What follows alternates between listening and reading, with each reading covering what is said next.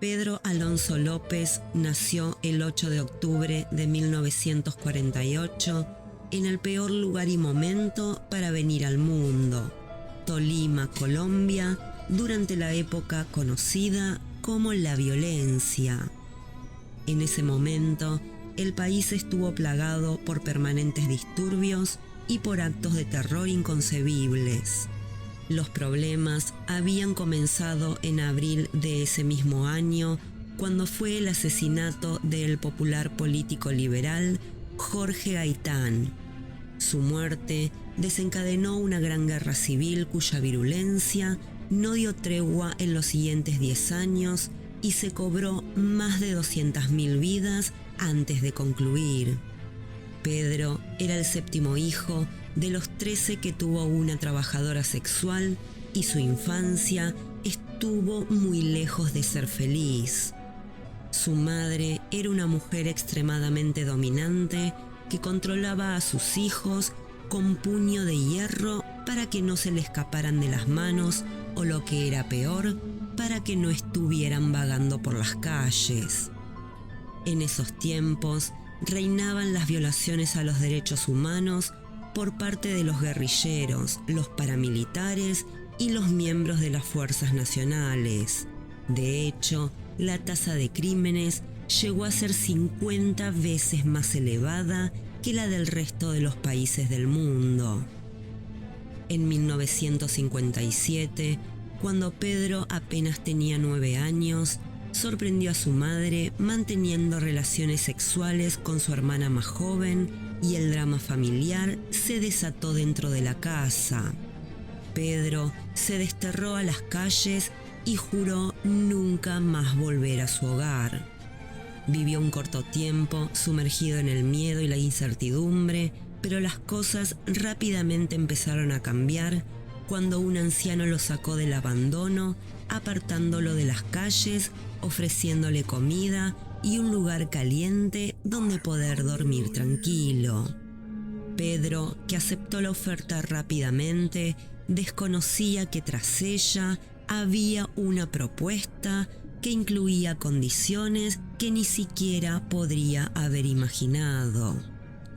En lugar de conducirlo a un hogar confortable con alimento y ropa limpia, el hombre lo llevó a un edificio abandonado donde lo sodomizó a su gusto antes de arrojarlo nuevamente a las temibles calles de la época colombiana.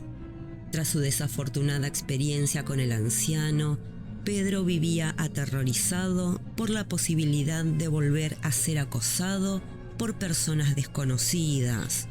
Por ello, dormía refugiado en edificios abandonados y solo salía de noche de su escondite para buscar comida en los recipientes de residuos y en los basureros del lugar. Así pasó un largo año hasta que finalmente juntara el valor suficiente para viajar por el país, y de esta manera fue como recaló en la ciudad de Bogotá. Después de unos días de mendigar comida por las calles y de revolver la basura, un residente norteamericano se sintió conmovido por la apariencia de desnutrición de ese niño de 10 años y por la forma desesperada en la que rogaba por alimentos. El señor se acercó, le proporcionó un espléndido almuerzo y le preguntó si le gustaría quedarse con su familia. Pedro, aún a pesar de tener cierta desconfianza, aceptó la propuesta. Unos años después, y aunque Pedro no terminara de valorar sus nuevas condiciones de vida, estaba cómodo y había comenzado a estudiar, pero en 1963 recibió el golpe de gracia al ser abusado sexualmente por un maestro. El hecho hizo que afloraran todos sus miedos y el odio lo terminó dominando. Su reacción inmediata fue robar dinero de la oficina de la escuela y nuevamente comenzar a huir. De esta forma, Pedro regresó al único lugar que conocía, su primer hogar verdadero, las calles de Colombia. La guerra civil ya había concluido y el país atravesaba una tensa guerra fría. Lentamente, el gobierno reorganizaba lo que podía y las fábricas, construidas antes de la represión, empezaban a retomar sus actividades cotidianas. Sin embargo, Pedro no tenía ninguna experiencia laboral y su educación era mínima. Por este motivo, se vio obligado a pasar los siguientes 6 años en la mendicidad, cometiendo pequeños robos para así lograr sobrevivir. Su vida criminal comenzó robando autos. No tenía mucho que perder y un comercio le compraba los vehículos que llevaba, pagándole muy bien por sus servicios. Pedro se había convertido en un ladrón de automóviles muy habilidoso y llegó a ser admirado por los aprendices más jóvenes del negocio. A pesar de todo, en 1969, a sus 21 años, Pedro fue arrestado por las autoridades, acusado de robo de autos y sentenciado a 7 años de prisión. Fue trasladado de inmediato a la cárcel y solo 2 días después de haber ingresado, fue sometido sexualmente por 4 presos que llevaban muchos años detenidos. Aquel día Pedro se juró a sí mismo que nadie lo volvería a tocar de esa manera. Con lo que pudo conseguir entre los pabellones, construyó un cuchillo rudimentario y 2 semanas más tarde cumplió su venganza.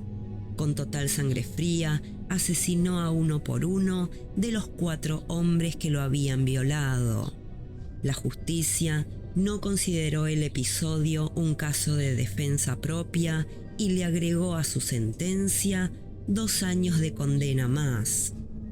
La prisión sumó a todas sus penas un daño mental irreparable, ya que él sentía un enfermizo temor a las mujeres por el abuso psíquico de su madre durante sus primeros años. Esto le hacía imposible comunicarse con ellas socialmente y satisfacía sus deseos íntimos con libros de pornografía y revistas. En la mente de Pedro, su madre tenía la culpa de todo el sufrimiento de su vida y era la responsable directa de su dolor. Cuando abandonó la prisión en 1978, emprendió un extenso viaje que lo condujo hasta tierras peruanas. Según el mismo Pedro reconoció más adelante, durante ese tiempo atacó violentamente y asesinó a por lo menos 100 jovencitas de tribus locales de toda la región. Si bien es imposible y fue imposible verificar estos episodios, lo que sí se supo siempre es que fue capturado por un grupo de aborígenes de Ayacucho en el norte de Perú mientras intentaba secuestrar a una niña de apenas 9 años de edad. Los originarios lo atraparon, le sacaron la ropa y las pertenencias y lo torturaron durante varias horas antes de decidir enterrarlo vivo. Sin embargo, la suerte volvió a ayudar a Pedro una vez más y cuando comenzaban a cavar el foso, intervino un misionero que convenció a los captores de que el asesinato era impío y que debían entregar a Pedro a las autoridades. Los aborígenes dejaron entonces a su prisionero en manos de la policía. Posteriormente, los jueces no quisieron perder su tiempo investigando la denuncia de las pequeñas tribus y el gobierno peruano deportó a Pedro al Ecuador. Una vez en ese país, Pedro se dedicó a recorrer toda la región andina e incluso se animó a cruzar con frecuencia hacia Colombia. Pronto comenzó a llamar la atención de las autoridades el incremento de casos de personas desaparecidas, especialmente de jovencitas, pero rápidamente se llegó a la conclusión de que era producto del crecimiento de la demanda de esclavas sexuales y de la trata de personas. En abril de 1980, una crecida del río inundó la región de Ambato, cerca de Ecuador. Las autoridades se vieron obligadas a retomar los expedientes archivados de los casos de personas desaparecidas cuando las aguas turbulentas desenterraron los restos de 4 niñas. Los especialistas se devanaron los sesos tratando de determinar las causas de estas inesperadas apariciones y lograron establecer que las chicas encontradas habían sido enterradas por alguien que se había tomado la molestia de esconder los cuerpos para que no fueran descubiertos. Días después de que se retiraran las aguas, una mujer de la zona, Carvina Poveda, se encontraba realizando sus compras en un supermercado local junto con su hija María de 12 años cuando un hombre completamente desconocido apareció repentinamente e intentó raptar a la niña. Carvina comenzó entonces a pedir ayuda a los gritos, reclamando que alguien detuviera al hombre que pretendía salir del supermercado con su hija en brazos. Los comerciantes del lugar acudieron rápidamente a socorrerla, capturaron al hombre antes de que pudiera escapar con María y lo retuvieron esperando la llegada de los agentes. Cuando la policía llegó y se llevaron a Pedro, él se encontraba muy tranquilo. Una vez en la comisaría, la primera conclusión de la policía fue que habían detenido a un loco. Cuando intentaron interrogarlo, el sospechoso se negó a cooperar y permaneció en silencio ante cada una de las preguntas formuladas. Los investigadores se dieron cuenta de que tendrían que emplear una estrategia diferente para hacer hablar a un individuo tan ermitaño. Ante esta osquedad por parte de Pedro, uno de los funcionarios sugirió que llamaran a un sacerdote, el padre Córdoba Gudino, que ya había conocido a Pedro en prisión y que había mantenido largas conversaciones con él en su celda. La estrategia de la policía era que el padre Gudino se ganara la confianza del sospechoso y así le hiciera reconocer sus crímenes. Instantáneamente, a la llegada del cura, Pedro comenzó a hablar y al día siguiente ya le había revelado unos actos de violencia tan repulsivos que el sacerdote no pudo soportar escuchar ninguno más y llamó al guardia para que le permitieran salir de la celda. Las siguientes y breves entrevistas con el padre Gudino proporcionaron a los investigadores suficientes pruebas contra Pedro como para inculparlo de todos los recientes asesinatos y maltratos. Pedro confesó sin conmoverse que había asesinado por lo menos a 110 niñas en el Ecuador, a 100 en Colombia y a muchas más de 100 en Perú. A mí me caen bien las chicas de Ecuador. Son más dóciles y más confiadas e inocentes. No son como las chicas colombianas que sospechan de los extraños. En el curso de sus confesiones, Pedro justificó sus crímenes atribuyéndolos a la dureza de su vida y a una adolescencia solitaria y muy dificultosa. Perdí mi inocencia a la edad de 9 años, así que decidí hacerle lo mismo a todas las chicas que pudiera. Cuando le preguntaron de qué manera seleccionaba y convencía a las niñas para conducirlas a la muerte, Pedro explicó que habitualmente elegía víctimas con mirada de inocencia.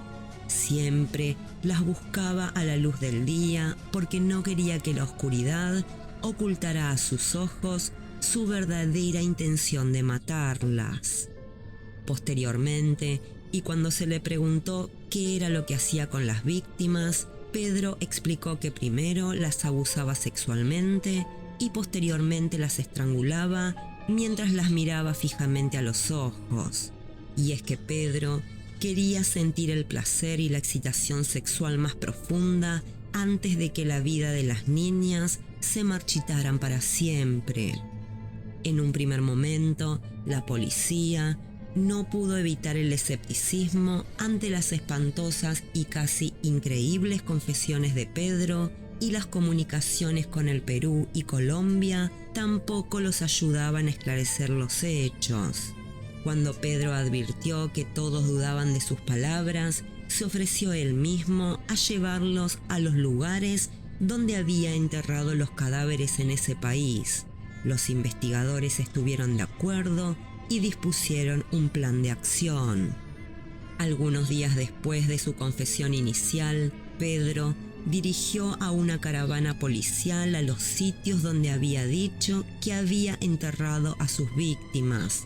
Las dudas de los investigadores empezaron a desaparecer cuando Pedro los llevó hasta un área apartada en la vecindad de Ambato, donde descubrieron los cadáveres de 53 niñas de entre 8 y 12 años de edad. A lo largo de la truculenta jornada, Pedro los condujo a 28 nuevos sitios, aunque no en todos los lugares donde se realizaron excavaciones se descubrieron cadáveres. Algunos investigadores opinaron que probablemente los animales habían esparcido los restos y la inundación había lavado el terreno. De regreso en la comisaría, los investigadores inspeccionaron los más de 57 cuerpos encontrados bajo tierra, aunque Pedro insistiera en que la totalidad de los crímenes eran 110, tal y como lo había dicho en sus confesiones. El director de asuntos de la prisión, Vencedor Lascanos, le dijo posteriormente a un periodista: si alguien se confiesa autor de cientos de asesinatos y se encuentran más de 57 cadáveres, debemos creer lo que dicen. Lascano también aclaró: pienso que su estimación de 300 es muy baja. De cualquier forma, nunca se supo nada más de las declaraciones e investigaciones de estos asesinatos. Lo que sí se sabe es que en 1980 la justicia declaró culpable a Pedro Alonso López del delito de múltiples asesinatos y fue sentenciado a pasar el resto de su vida en prisión. Estuvo preso en Ecuador hasta 1998 y fue entregado a las autoridades colombianas por pedido de extradición, donde fue recluido en un hospital psiquiátrico. Años después, fue declarado sano y puesto en libertad. A partir del 22 de septiembre de 1999, nada se sabe de su paradero, aunque se presume que fue ejecutado ilegalmente.